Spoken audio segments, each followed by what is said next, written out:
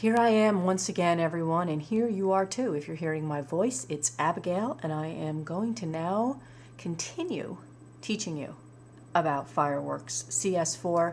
Last we left off, we were looking at 9-slice scaling, and I showed you how it allows you to scale without distorting corners.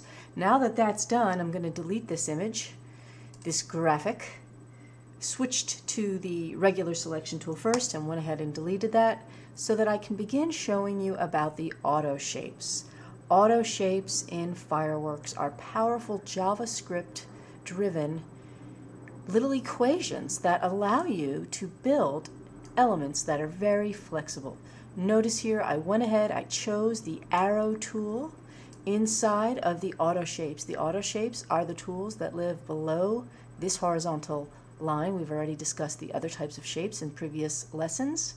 And with auto shapes, you can drag out these shapes, and as you're probably noticing, they have some different looking handles on them. There are some yellow diamonds and some blue anchor points, and it's a little bit fancy.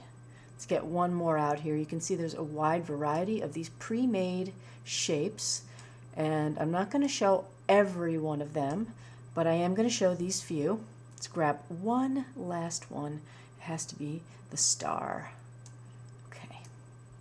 Now each of these shapes has some special control points, and what I am saying is that you can modify these beyond belief. You've got roundness, radius, radius 2, and roundness on the star. These little diamonds here let you control. This one is 0.5. The number of points. Okay, I'm clicking and dragging. Let's grab that guy again. I have a 4-pointed star. The roundness, the radius, and these corners here are the scale. So I'm scaling the shape up larger so you can see it better. And again, this little diamond lets me alter the number of points in my star, and these are the scale points. These other diamonds, radius 1, and move this over there for you, roundness 1, radius and roundness, and radius and roundness. Now what is this about?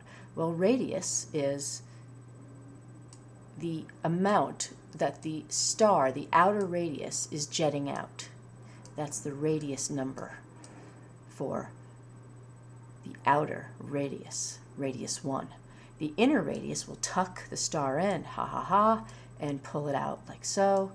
And then I guess you can understand that we can keep playing with this forever, and that's what makes it an auto shape. It's a live shape, quite amazing. So when I click and drag the roundness setter here, I can roundy or pointy, even flip over on the points, the outer tips, and then I have the inner tips as well. I can tuck them in on themselves. So you can see there's quite a few complex variations that you can come up with these tools. Very powerful. Each one of these has their own set of controls. So we've got thickness and height on this L shape bar, and roundness as well. Clicking on these diamonds and dragging this to the right, and you can create all kinds of shapes with that. We've got the chamfer here, and as well as the resize of the shape. And with our donut, we've got inner radius. And I know I'm going through these pretty fast. I just want to encourage you to jump in and try it. I can split this donut shape, this torus, and make it into some kind of a semicircle shape. And with the arrow tool, I can pull out arrow corners, arrow handles, adjust width, change the arrow size, many variations that you can do here. So just tons of power with these tools. One way to change them, as you've seen, is by using these diamond handles. There's actually a whole other palette just for controlling these shapes. And if you look with me inside of the window menu, I'm going to open the auto shapes palette, and lo and behold, these are a whole set of pre-made auto shapes.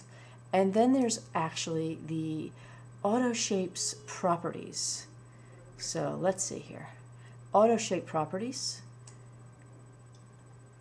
and now I have the auto shape properties menu as well. So in the next exercise, I'm going to work a little bit with the auto shapes and the auto shape properties.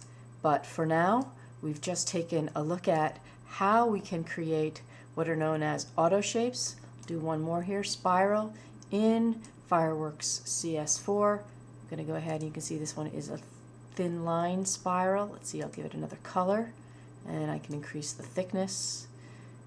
Maybe not so thick. Drag the size. So they are very editable, pliable ways of creating drawing elements inside of Fireworks CS4. Check it out, and I will see you in the next lesson when we talk about the other two panels.